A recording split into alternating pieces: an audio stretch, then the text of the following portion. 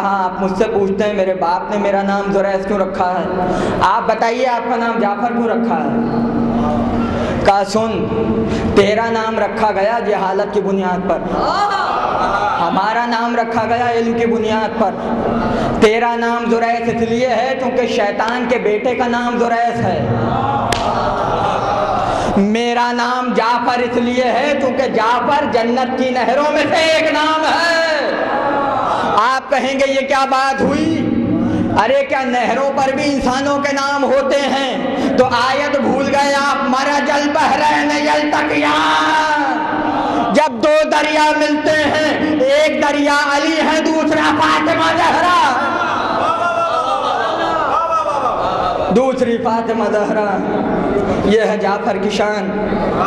بھائی سمجھ میں تو یہی آیا ہے تاریخ سے کہ سب سے پہلے جعفر طیار کا نام بنی ہاشم میں جعفر تھا، لیکن جب جعفر طیار شہید ہوئے جنگ موتا میں تو ان کی یاد باقی رکھنے کے لیے علی نے اپنے بیٹوں کا نام جعفر رکھا۔ جعفر بن علی بن ابی طالب شہدائے کربلا میں سے ہیں۔ بالکل اسی طرح حضرت عقیل، انہوں نے بھی اپنے بیٹے کا نام جعفر رکھا، جعفر بن عقیل بن ابی طالب۔ یہ نام تو خاندان میں باقی رہا مگر جعفر صادق سے مخصوص رہا، اس لیے کہ جابر ابن عبداللہ انصاری نے زہرا کے گھر میں وہ لوح دیکھی تھی جس پہ 12 اماموں کے نام تھے، اس میں لکھا ہوا تھا جعفر، اور خبریں دیتے رہے تھے کہ آئے گا، نسلوں میں آئے گا، اس کا نام جعفر ہوگا، لقب صادق ہوگا۔ تو جعفر تو پہلے سے مشہور تھا، لیکن آپ کو پتہ ہے یہ جعفر کا نام گیا کہاں تک ہے؟ یہ جعفر کس کس کی پہچان بنا ہے، یہ جعفر کس کس کا حوالہ بنا ہے؟ امام زمانہ جب غیبت صغریٰ میں گئے، امام جب غیبت صغریٰ میں گئے اور لوگ آپ سے ملاقاتیں کرتے تھے، تو اس زمانے میں جب امام کوئی حدیث بیان کرتے تھے اپنے اجداد کی، تو جب راوی اس کو روایت کرتا تھا کہ ہم نے مہدی سے سنا کہ آپ نے یہ فرمایا، تو چونکہ زمانہ ایسا تھا کہ راوی علی اعلان امام کا نام نہیں لے سکتے تھے، اب ظاہر حکم ہے کہ امام کا نام زبان پہ نہ لیا جائے۔ میم ہے میم دال، کتابوں میں اس طرح نام لکھا ہوتا ہے جیسے حروف مقطعات، نام نہیں لیتے، منزل احترام ہے، القاب سے پکارتے ہیں۔ تو راویوں کی جان کو خطرہ ہوتا تھا کہ امام کا نام لیں، کہ مہدی بن حسن عسکری نے فرمایا کہ میں نے اپنے باپ سے سنا، انہوں نے اپنے باپ سے سنا، انہوں نے اپنے باپ سے سنا، انہوں نے اپنے باپ سے سنا، یہاں تک کہ انہوں نے علی بن ابی طالب سے سنا، یہاں تک کہ انہوں نے رسول اللہ سے سنا۔ تو مہدی کا نام نہیں لے پاتے تھے، اس لیے کچھ ایسے نام رکھ لیے تھے، امام کا نام نہیں لے پاتے تھے، لہذا کچھ ایسے نام مخصوص کر لیے تھے کہ جب وہ نام لیتے تھے تو سامنے والا سمجھ جاتا تھا کہ مہدی کا ذکر ہو رہا ہے۔ جب بھی حدیث روایت کرنی ہوتی تھی تو فوراً کہتے تھے قالا جعفر، جعفر سے مراد مہدی ہوتے تھے۔ دنیا سمجھتی تھی کسی اور جعفر کا ذکر ہو رہا ہے، چاہنے والے جانتے تھے مہدی کا ذکر ہو رہا ہے۔ تو جعفر صادق سے لے کے مہدی تک لفظ جعفر کی پہچان۔ اور کیا آپ نے ایسا بھی وقت آیا ہے کہ نام نہیں لے سکتے تھے؟ تو جب مہدی کے دور میں یہ بات تھی تو علی کے دور میں کیا بات رہی ہوگی؟ بھائی جہاں دیواروں میں چنا جا رہا ہو، گلے کاٹے جا رہے ہوں، زبانیں نکالی جا رہی ہوں، تو آپ کو پتا ہے علی کے لیے بھی 2 نام مخصوص تھے، 2 نام علی کے لیے بھی مخصوص تھے کہ قالا علی ابن ابی طالب، علی ابن ابی طالب نے کہا، یہ بات ہر جگہ بیان نہیں ہو سکتی تھی، اس کے لیے 2 نام ایسے رکھے تھے، کہ اگر لیتے تھے تو لوگ سمجھ جاتے تھے علی کا ذکر ہو رہا ہے۔ اب اتنی خاموشی نہ ہو، داد دیں گے تو بات کہوں گا۔ پہلا جملہ یہ کہتے تھے قال الرجل، ایک مرد نے کہا۔ پہلا نام تو لیتے تھے قال الرجل، ایک مرد نے کہا، اور دوسرا نام لیتے تھے قال ابو زینب، زینب کے باپ نے کہا۔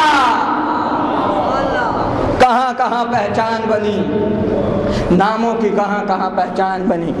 جعفر صادق، جعفر صادق۔ اب چونکہ وقت اتنا نہیں ہے کہ میں بہت زیادہ گفتگو کروں، لیکن ائمہ کے بہت سے سفر ہیں، ہر امام نے سفر کیا ہے، لیکن میں آپ کے سامنے ذکر کروں گا ایک سفر کا، جو سفر ہے جعفر صادق کا، جو شروع ہوا مدینے سے اور ختم ہوا کوفے میں۔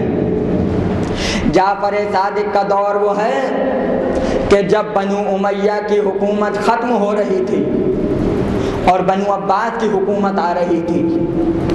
ایسے وقت میں جو حاکم وقت تھے وہ ایک دوسرے سے لڑنے میں مصروف تھے، یعنی سب کو اس بات کی لالچ تھی کہ تخت ہمیں ملے، تخت ہمیں ملے، جیسے آج پاکستان میں ہو رہا ہے، ہر ایک کو لالچ ہے یہ کرسی ہمیں ملے۔ ارے بھائی تو قوم کے لیے کچھ ہوگا تو کرسی ملے گی، ایسے کیسے ملے گی؟ جعفر صادق کے دور میں بنو امیہ لڑ رہے تھے بنو عباس سے، بنو عباس لڑ رہے تھے بنو امیہ سے۔ امام کو موقع ملا، امام نے کہا یہ لڑتے رہیں، ہم علم پھیلاتے رہیں۔ اب جب علم پھیلائیں گے تو ظاہر ہے کہ مدینے میں بھی گورنر موجود ہے، علم کیسے پھیلائیں؟ بنو عباس کی حکومت اگر آ گئی تو ابتدا تک امام کو موقع ملے گا کہ علم دیتے رہیں۔ بنو عباس نے شروع میں ظاہری طور پر بڑی ہمدردی کی ہے اہل بیت سے، مگر آخر میں لالچ شروع ہو گئی۔ آخر میں کیا، شروع ہی میں، بعد میں زہر دینے پہ آمادہ ہو گئے۔ اب جعفر صادق چاہتے تھے کہ علم کا آغاز ہو، تو علم کے لیے کسی مرکز کی ضرورت ہے۔ جب علم دینا ہو تو مرکز تلاش کریں، تو امام نے کہا ہم وہی مرکز بنائیں گے جو ہمارے جد علی ابن ابی طالب نے بنایا ہے۔ تو مولا آپ کہاں جائیں گے؟ کہا کوفہ۔ اپنے غلام کو ساتھ لیا، کچھ ساتھی لیے، سواری پر سوار ہوئے اور سیدھے چلے کوفے کی طرف۔ اور کہتے یہ ہیں کہ جب کوفہ میں پہنچے تھے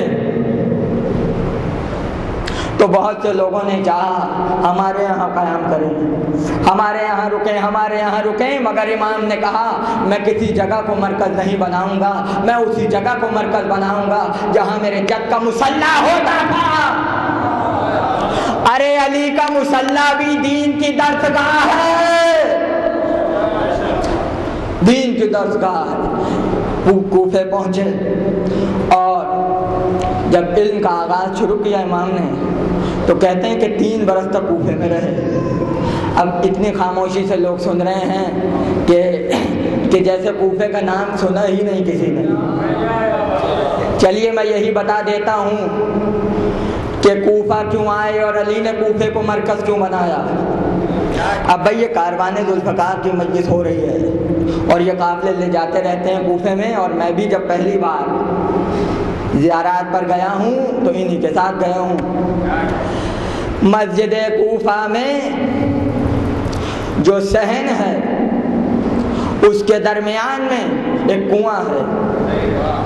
پہلے تو وہ کنواں تھا، لیکن اب اس کو کنویں کی شکل بھی نہیں بلکہ ایک دائرہ بنا دیا گیا ہے، اور اس میں وضاحت ہے کہ یہ حضرت نوح کا کنواں تھا، یعنی مسجد کوفہ حضرت نوح کا گھر تھا،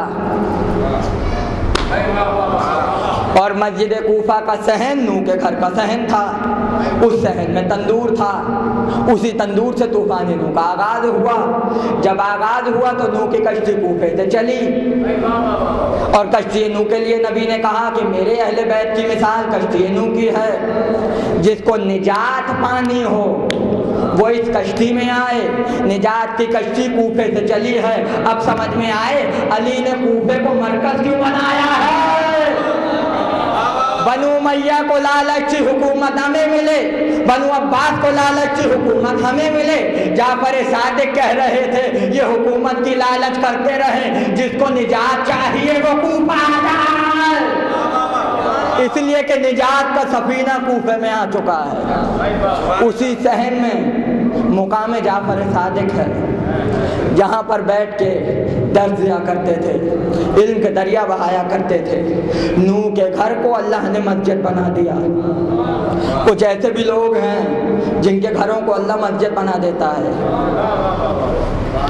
بھائی جہاں آدم کا خیمہ لگا تھا سب سے پہلے وہ مسجد حرام ہے۔ اب بھائی یہی تو مسئلہ ہے، اب ایسے جیسے آپ نے مسجد حرام کا ذکر ہی نہیں سنا۔ جہاں آج مسجد حرام ہے اسی صحن میں حضرت آدم کا خیمہ تھا، مسجد بن گئی۔ جو نوح کا گھر تھا اس کو بھی اللہ نے مسجد بنا دیا، مسجد کوفہ۔ اور کربلا اور کوفے کے درمیان مسجد سہلا ہے، وہ حضرت ادریس اور ابراہیم کا گھر ہے، اس کو بھی مسجد بنا دیا۔ اور بتاؤں کس کے گھر کو اللہ نے مسجد بنایا ہے؟ اور بتاؤں جہاں آج مسجد نبوی ہے کہ جہاں سب جا کر نماز پڑھ رہے ہیں، وہی تو فاطمہ زہرا کے گھر کا صحن ہے۔ ارے مسجد نبوی زہرا کے گھر کا صحن ہے، اس لیے کہ زہرا کی محراب جہاں نماز پڑھتی تھی وہ زہرا کے صحن میں تھی۔ آج وہی محراب مسجد رسول میں ہے۔ جملہ کہہ دوں، صحن مسجد میں ہے یا مسجد صحن میں ہے؟ اگر صحن مسجد میں ہوتا تو نبی علی کے گھر کا دروازہ بند کر دیتے۔ سب کے دروازوں کو بند کر رہے تھے، تم بھی دروازہ بند کرو، تم بھی دروازہ بند کرو، مگر جن کے گھر میں جن کا گھر مسجد تھا ان کا دروازہ کھلا رہنے دیا۔ عباس آگے بڑھے، حمزہ آگے بڑھے، کہا سب کے دروازے بند کر دیے، ہمارا بھی دروازہ بند کر رہے ہیں، اپنے چچاؤں کا بھی دروازہ بند کر رہے ہیں۔ ایک بار چہرہ دیکھا، کہا میں دروازے بند نہیں کر رہا، خدا کروا رہا ہے۔ ارے علی کے لیے دروازہ کیا کھلا رہتا؟ علی تو وہ ہیں جس کے لیے خدا نے اپنے گھر میں دروازہ بنایا ہے۔ صلوات پڑھ لیجیے عالم۔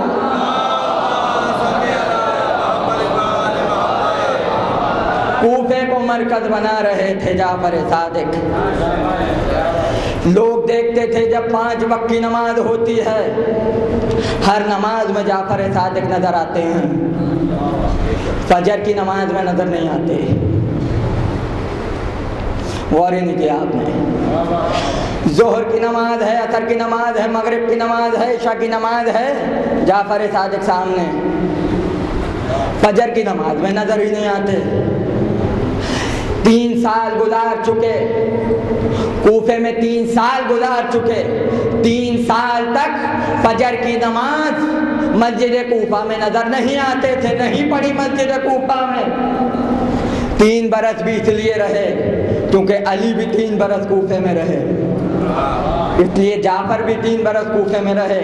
جب مدینے آئے اور یہ خبر مدینے تک پہنچی کہ فجر کی نماز میں جعفر صادق مسجد کوفہ میں نظر نہیں آتے تھے، ایک بار کسی نے پوچھا فرزند رسول، ہم 4 وقت کی نمازوں میں آپ کو دیکھتے تھے، آپ فجر میں کہاں ہوتے تھے؟ ہم نے آپ کو بہت تلاش کیا، آخر فجر میں کہاں جاتے تھے؟ کیا گھر میں نماز پڑھتے تھے؟ کہا کیا بتاؤں، جب تک میں کوفے میں رہا میری پہلی نماز علی کی قبر کے پاس ہوتی تھی۔ ارے کوفے سے 10 منٹ کے فاصلے پر علی کا روضہ ہے۔ صبح ہی صبح فجر کی نماز سے پہلے اپنے ناقے کو لے جا کر علی کی قبر پر لے جاتے تھے، وہاں بٹھا کر فجر کی نماز علی کے ساتھ پڑھتے تھے۔ بتا رہے ہیں علی کے بغیر ہماری بھی نماز نہیں ہے، علی کے بغیر ہماری نماز نہیں ہے، اپنی نماز میں علی کی یاد کو باقی رکھو، بتا رہے ہیں۔ اور آپ کو پتا ہے نجف کے بارے میں کیا کہا تھا آل محمد نے؟ ایک شخص آیا مدینہ میں. یہ باتیں اس لیے بتا رہا ہوں کہ جب فقہ کی کتابیں پڑھی جاتی ہیں اور آپ دیکھتے ہیں کہ صادق آل محمد نے نماز کے لیے یہ کہا، روزے کے لیے یہ کہا، خمس کے لیے یہ کہا، زکوٰۃ کے لیے یہ کہا، حج کے لیے یہ کہا، خیرات کے لیے یہ کہا، یہ بتانے کا مقصد یہ ہے کہ صرف یہ نہ سمجھو کہ امام نے صرف یہی بتایا پوری زندگی کہ نماز کیا ہے، روزہ کیا ہے، خمس کیا ہے اور زکوٰۃ کیا ہے. امام یہ بھی بتا کر گئے ہیں اصل نماز کیا ہے، اصل زکوٰۃ کیا ہے. پوچھا راوی سے نجف سے کتنا دور رہتے ہو؟ کہا فرزند رسول اگر پیدل چلوں تو 2 دن کا سفر ہے، اگر سواری سے چلوں تو ایک دن اور دوسرے دن کا کچھ حصہ. کہا جب تم اتنا قریب ہو نجف سے تو تم تو ہر ہفتے نجف جاتے ہوگے، جب تم نجف سے اتنا نزدیک رہتے ہو تو ہر ہفتے نجف جاتے ہوگے. کہا فرزند رسول میں تو سال میں 1 بار نجف جاتا ہوں. اتنا قریب رہنے کے باوجود سال میں 1 بار نجف؟ کہا ہاں فرزند رسول 1 بار جاتا ہوں. کہا معلوم ہے اگر ہم تیری جگہ ہوتے تو کیا کرتے، یعنی اگر ہم تیری طرح قریب رہتے نجف سے تو ہم کیا کرتے؟ کہا فرزند رسول کیا کرتے؟ اب جملہ خدا جانے کتنوں کو سمجھ میں آئے گا، کتنے معرفت رکھنے والے یہاں بیٹھے ہیں، لیکن میں اتنا جانتا ہوں جتنے صاحبان معرفت ہیں وہ اس جملے کی داد ضرور دیں گے کہ جو امام نے کہا ہے، کہا اگر ہم تیری جگہ ہوتے تو نجف کا حج کرتے، ہم نجف کا حج کرتے. اب کوئی یہ نہ کہے کہ خدا کے گھر کو گھٹا رہے ہیں، علی کے روضے کو بڑھا رہے ہیں. نہیں، امام نے بتایا علی کے روضے کا بھی وہی مرتبہ ہے جو خدا کے گھر کا ہے، جو خدا کے گھر کا ہے وہی علی کے روضے کا مرتبہ ہے. ارے ہم حج کرتے، ہم حج کرتے. یہ صحیح کہ حج کے معنی ہیں ارادہ، مگر ارادہ کے اور بھی الفاظ ہیں عربی میں. ایک تو آپ کو معلوم ہونا چاہیے انما یرید اللہ، خدا ارادہ کر چکا ہے. لیکن حج کا لفظ اس لیے استعمال کیا جعفر صادق نے کیونکہ یہ خاص لفظ اللہ کے گھر کے لیے ہے، خاص لفظ اللہ کے گھر کے لیے. جو گئے ہیں نجف، روضہ علی کے داہنی طرف وادی السلام ہے. وادی السلام میں 2 مقامات ہیں، مقام جعفر صادق اور مقام امام مہدی. مہدی کا وہ مقام ہے جہاں بعض لوگوں نے مہدی کو دیکھا ہے، اور مقام جعفر صادق وہ ہے کہ جب بھی نجف آتے تھے اس مقام پہ قیام کرتے تھے. یعنی اپنی بھی ایک جگہ بنا لی نجف میں، جب بھی دائر جاتے ہیں مقام جعفر صادق تک ضرور جاتے ہیں.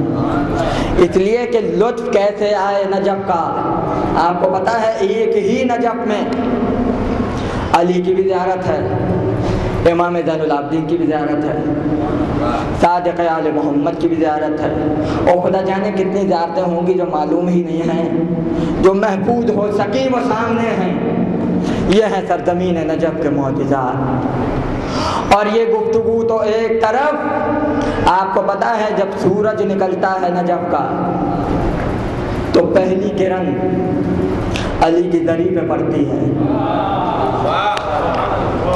پہلی کرن علی کی دری پہ آتی ہے. اور جب دری پر آتی ہے تو جب لوگوں نے غور سے دیکھا کہ پہلی کرن آ کہاں رہی ہے تو پتہ چلا جہاں علی کے قدم ہیں وہاں آ رہی ہے. جب کرن پھوٹتی ہے تو علی کے قدموں پر، اور جب سورج غروب ہوتا ہے تو آخری کرن علی کے قدموں سے واپس جاتی ہے. ارے بھائی سورج نکلتا ہے تو پہلے علی کے قدم چومتا ہے. اب یہ مت کہیے گا سورج ہی نہیں دیکھا ہم نے. ارے بھائی سورج کی پہلی کرن علی کے قدموں پر، سورج کی آخری کرن علی کے قدموں پر. یہ سورج سے پوچھو تو کہ تم پہ اتنا لرزہ کیوں طاری ہے، ارے اتنا خوف کیوں طاری ہے علی کے روضے سے گزرتے ہوئے کہ کبھی علی کے قدم چوم رہے ہو، کبھی کرنیں چھوڑ رہے ہو، یہ اتنا خوف کیوں ہے؟ تو شاید جواب آئے ارے اس کے روضے سے گزر رہا ہوں کہ اگر جلال آ گیا تو سورج پلٹا نہ دے.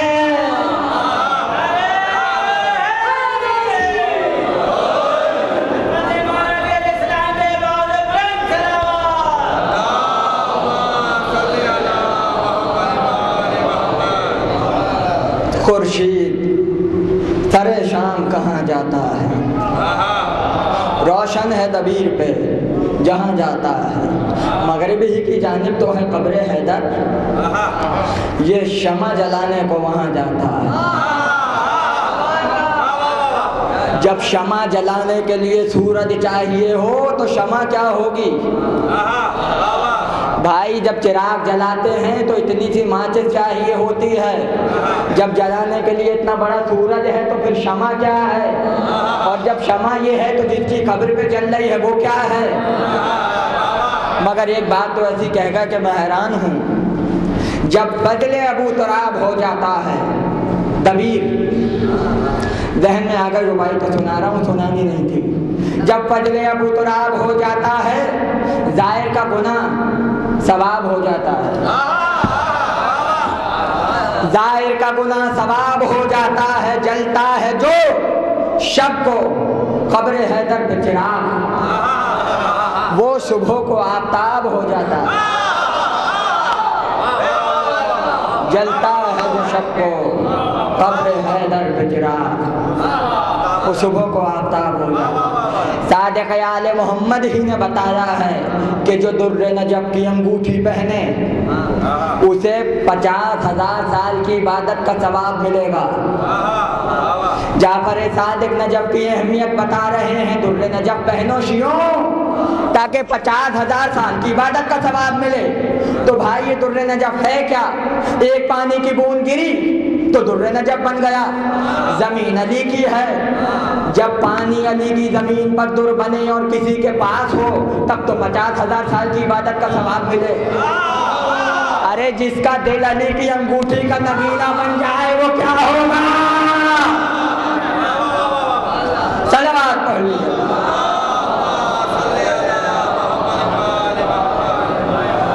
پوری زندگی بتاتے رہے کربلا کو سمجھو، نجف کی عظمت کو سمجھو، امامت کے مرتبوں کو سمجھو.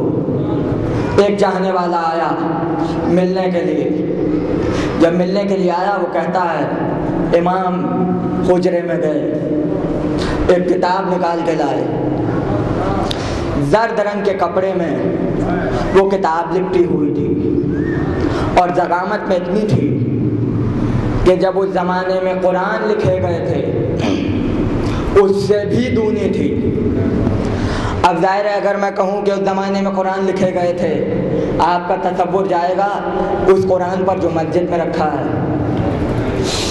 اگر آپ دیکھیں وہ قرآن کے جو لکھے گئے تھے ائمہ کے دور میں، اس میں صرف ایک صفحے پہ 5-6 آیتیں ہیں، تو پورے سورے کتنے صفحوں پر آئے ہوں گے؟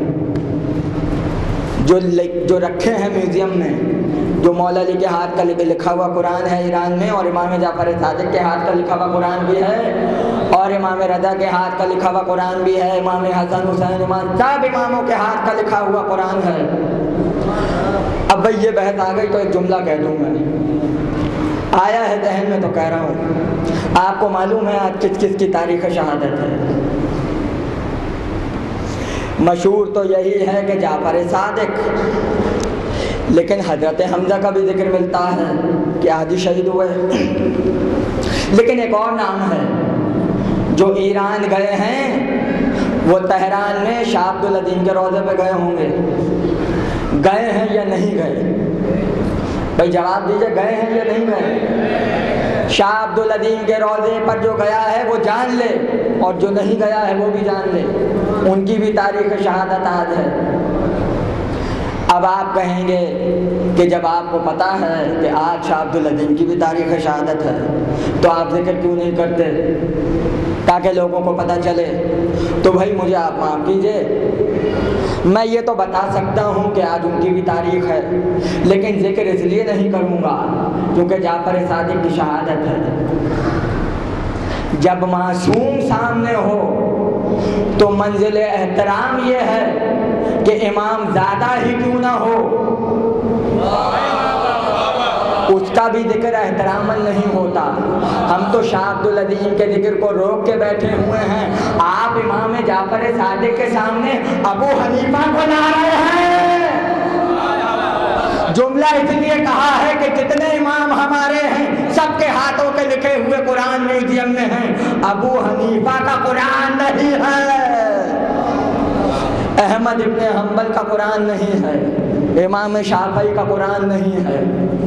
اب اس پر تحقیق ہو کہ کیوں نہیں ہے، اس پر بھی تو تحقیق ہو۔ تو اتنے موٹے موٹے قرآن ہیں، ایک قرآن راوی کہہ رہا ہے کہ جو قرآن ہم لکھتے تھے امام ایسی کتاب نکال کے لائے جو اس قرآن سے بھی دونی تھی۔ اب میں کیا بتاؤں کتنی تھی، اندازہ کر لیجئے۔ زرد رنگ کے کپڑے میں لپٹی ہوئی تھی، کتاب کو اٹھا کر لائے، سامنے رکھا اور کہا معلوم ہے یہ کیا ہے؟ کہا فرزند رسول آپ بتائیے یہ کیا ہے؟ کہا سنو، جب سرکار ختمی مرتبت دنیا سے رخصت ہوئے اور فاطمہ زہرا مغموم رہتی تھی تو جبریل ان کا دل بہلانے کے لیے ان کو وہ خبریں بتاتے تھے جو قیامت تک کی تھیں۔ آپ غور ہی نہیں کر رہے، پتہ نہیں آواز نہیں آ رہی کیا ہو رہا ہے۔ ارے زہرا کا دل بہلانے کے لیے جبریل وہ خبریں سناتے تھے جو قیامت تک آنے والی ہیں۔ امام نے کہا معلوم ہے زہرا کن باتوں پر خوش ہوتی تھی؟ کہا بتائیے؟ کہا جبریل جب ان کے شیعوں کا ذکر کرتے تھے تو زہرا کے مسکراہٹ آ جاتی تھی۔ اور کہا سنو، جتنی باتیں جبریل بتاتے تھے وہ علی اس صحیفے میں لکھ لیتے تھے، یہ صحیفہ فاطمہ زہرا ہے۔ جبریل آئے ہیں زہرا پر، جو باتیں جبریل نے بتائیں وہ آ گئی کتاب کی صورت میں۔ قرآن کہہ رہا ہے وَأَوْحَيْنَا إِلَىٰ أُمِّ مُوسَىٰ، موسیٰ کی ماں پہ وحی کی، مریم پہ وحی کی، مریم کی ماں پر وحی کی۔ وحیاں تو اور عورتوں پر بھی آئی ہیں مگر کسی کی کوئی کتاب نہیں ہے، صرف صحیفہ زہرا ہے۔ اس کے بعد کہا کیا تم اپنا نام دیکھنا چاہتے ہو صحیفہ زہرا میں؟ کہاں فرزند رسول دکھائیے۔ ایک بار جب صفحہ الٹا کہا یہ دیکھ قیامت تک جتنے ہمارے شیعہ آنے والے ہیں ان سب کے نام زہرا کے صحیفے میں لکھے ہوئے ہیں۔ یہ ہے جعفر صادق، یہ ہے جعفر صادق۔ بتایا جا رہا ہے دنیا کو، شیعت کو سمجھو، عزاداری کو سمجھو، نجف کو سمجھو، عظمت کربلا سمجھو، عظمت امامت سمجھو۔ ایک ایک چیز کو کھول کھول کر بیان کر دیا۔ کوئی علم ایسا نہیں ہے جو جعفر صادق نے چھوڑا ہو۔ ایک ایک موضوع پر کئی کئی 100 حدیثیں، کئی کئی اقوال امام نے بیان کیے۔ آج سائنسدان جو فارمولے استعمال کر رہے ہیں وہ جابر بن حیان پر ڈیپینڈ کرتے ہیں، اور جابر شاگرد ہے جعفر صادق کا۔ پوری دنیا میں علم کے دریا بہا دیے جعفر صادق۔ اللہ اکبر، جو زبان سے کہا وہ پورا ہوا، اس لیے کہ صادق تھے، اس لیے کہ صدیق تھے۔ میں نے آپ سے ذکر کیا کہ جعفر اس سے پہلے جعفر طیار اور خاندانی بنی ہاشم میں اوروں کا بھی نام تھا، لیکن خود جعفر صادق نے اپنے بیٹوں کے نام رکھنے میں جو اہتمام کیا وہ میں آپ سے کیا بیان کروں۔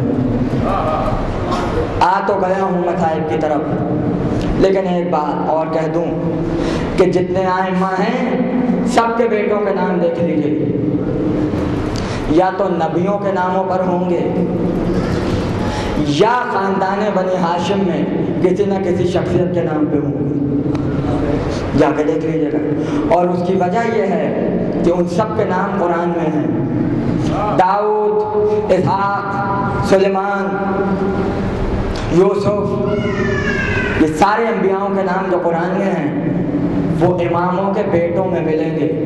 اس کی وجہ یہ ہے کہ سیرت معصوم یہ تھی کہ جب بیٹا ہوتا تھا تو قرآن کھولتے تھے، جو نام آتا تھا بیٹے کا نام رکھ دیتے تھے۔ جب عباس کی ولادت ہوئی علی کے گھر میں، قرآن لایا گیا، جب قرآن کھولا سورہ دہر سامنے آ گئی۔ سورہ دہر میں ایک لفظ ہے یابس، یابس سے بنا ہے عبوس، اسی سے بنا ہے عابس، اسی سے بنا ہے عباس۔ جب یہ آیت سامنے آئی کہا بیٹے کا نام عباس رکھو۔ بالکل اسی طرح جعفر صادق کے یہاں ایک بیٹا ہوا تو کہا اس کا نام عباس رکھو۔ اسماعیل بن جعفر صادق، اسحاق بن جعفر صادق، اسی طرح ہیں عباس بن جعفر صادق۔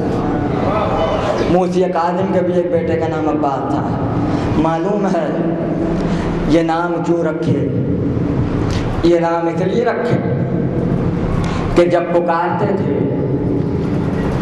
جب بھی باپ پکارے گا بیٹے کو تو نام سے پکارے گا۔